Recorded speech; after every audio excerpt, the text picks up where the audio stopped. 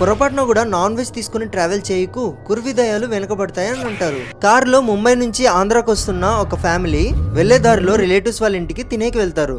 తినేసి బయలుదేరుతున్నాగా నైట్ కోసం కూడా మనం నాన్ వెజ్ పార్సెల్ చేసుకుని తీసుకెళ్దాం, మరి నైట్ మనకు హోటల్స్ దొరకకపోతే ఇబ్బంది అవుతుంది అనేసి పార్సెల్ చేసుకుని తీసుకెళ్తారు. కరెక్ట్ గా 9 అవుతుండగా వీళ్ళు ఇంకా తినలేదు.